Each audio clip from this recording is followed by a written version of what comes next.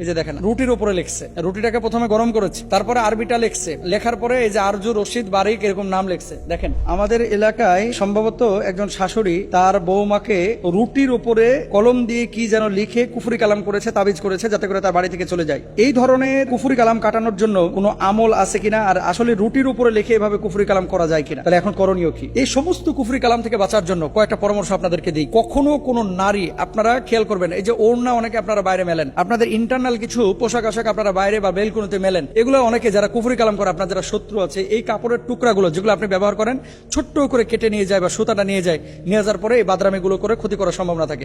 এই জন্য কাপড় চুপড় এগুলো সেফ জোনে মেলবেন, যেই জায়গাটায় আসলে উন্মুক্ত ভাবে কেউ যায় না, মানে আপনার কাপড়টা নিয়ে কেউ ক্ষতি করতে পারবে না। অনেক সময় মেয়েরা মাথার চুল এটাকে খুলে কি করে, যেখানে সেখানে খোলা, মানে কি বুঝেন নাই, চুল আশ্রাইতেছে, চুল কিছু ঝরে পড়ে, এগুলো গোল করে ওই এক জায়গায় গুজিয়ে রেখে দেয়।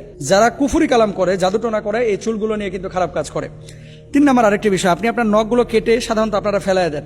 যদি কেউ ক্ষতি করতে চায় আপনার নখ নিয়ে কিন্তু ক্ষতি করতে পারবে। আল্লাহ রাসূল সাল্লাল্লাহু আলাইহি ওয়াসাল্লামের নিজের ক্ষতি করেছিল, যার পরিপ্রেক্ষিতে আল্লাহ সুবহানাহু ওয়া তাআলা 2টা সূরা নাজিল করেছিলেন। নবীজি অসুস্থ ছিলেন প্রায় 6 মাস। খেয়াল করেন, সারাক্ষণ মাথা ঘুরায়, শরীর ব্যথা করে, শরীর মেজমেজ করে, কোনো রোগ ধরা পড়তেছে না। ওহী মারফত আল্লাহ তাআলা জানিয়েছিলেন যে আপনাকে এরকম জাদু করা হয়েছে। পরে একটা কূপের মধ্যে খেজুর গাছের কাণ্ডের সাথে এই যে নবীজির চুল নখ এগুলো মিলায়া তারপরে জাদু করা হয়েছিল, নবীজিকে কুফরি কালাম করা হয়েছিল। এরপরে নবীজি অসুস্থ হয়েছিলেন, আল্লাহ সুবহানাহু ওয়া তাআলা 2টা সূরা নাজিল করলেন। 1 নম্বর কি?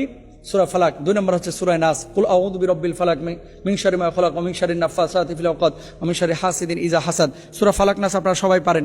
এই সূরা ফালাক নাস আপনারা পড়ে ফুৎকার করবেন, ইনশাআল্লাহ তাআলা এই কুফরি কালাম কেটে যাবে। আর ঘরের মধ্যে কোনো তাবিজ কবজ যদি পান, এই তাবিজ কবজগুলো সাধারণত সাথে সাথে পুড়ায় ফেলবেন অথবা নদীতে ফেলায় দেবেন, অথবা কোনো স্কলারকে দেখাবেন যে আসলে এটা কিসের, যারা রাখি, যারা রুকিয়ে নিয়ে কাজ করে, এদেরকে দেখাবেন।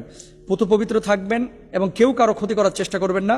বাসার মধ্যে সূরা বাকারা যত পারেন অডিও আকারে চালিয়ে রাখবেন। তারপরে আয়াতুল কুরসি পড়ে বুকে ফুৎকার দিবেন, সূরা ফাতিহা, সূরা ফালাক, নাস এগুলো পড়ে 4 কুল পড়ে বুকে ফুৎকার দিবেন। পুতু পবিত্র জীবনযাপন করবেন, ওযু অবস্থায় থাকবেন, 5 ওয়াক্ত নামাজ পড়বেন, ইনশাআল্লাহ কেউ আপনার ক্ষতি করতে পারবে না। যদি স্পষ্টভাবে শাশুড়ি করেছে কথাটা, এই কাজটা যদি এটা ধরা পড়ে, তাহলে শাশুড়িকে আইনের আশ্রয় নিতে হবে, শাশুড়িকে শাসন করতে হবে আইনের মাধ্যমে। আপনি নিজে মায়ের আবার থোতা ভস্কায় ফেলেন না, এটা জায়েজ না আপনার জন্য। বাংলাদেশে এই ধরনের কাজ যারা করে, বুঝে শুনে কেউ যদি কুফরি কালাম করে, ওর ঈমান থাকবে না, ও কাফের হয়ে যাবে। জোরে বলেন একবার নাউজুবিল্লাহ। এখন শাশুড়ি করুক আর শ্বশুর করুক, এই কাজগুলো যারা করে এরা মুসলমান না, এটা হারাম। আল্লাহর হাবিব সাল্লাল্লাহু আলাইহি ওয়াসাল্লাম নিষেধ করেছেন। আল্লাহর হাবিব সাল্লাল্লাহু আলাইহি ওয়াসাল্লাম বলেছেন 4 শ্রেণীর মানুষকে আল্লাহ সুবহানাহু ওয়া তাআলা বিনা হিসেবে জান্নাতে দাখিল করবেন ঈমান আনার পরে। যারা গণকের কাছে যায় না, যারা জ্যোতিষীর কাছে যায় না, এই ধরনের কুফরি কালাম করে না, যারা অশুভ লক্ষণ বিশ্বাস করে না, যারা দাগ কেটে চিকিৎসা গ্রহণ করে না, যারা আল্লাহর উপরে তাওয়াক্কুল করে, ওয়ালা রব্বিহিম ইয়াতাওয়াক্কালুন, স্পষ্টভাবে আল্লাহর হাবিব বলেছেন। এখন রুটির উপরে এইভাবে লিখে কোনো শাশুড়ি যদি কোনো বৌমার ক্ষতি করতে চায়, অনেক সময় বৌমারা শাশুড়ি ক্ষতি করতে চায়, অনেক সময় শাশুড়ি বৌমার ক্ষতি করতে চায়, কুফরি কালাম করে, তাবিজ কবজ করে, এগুলো তাবিজ নিয়ে এসে মিষ্টি পড়া নিয়ে এসে তার ক্ষতি করতে চায়। যারা এই কাজগুলো করবে,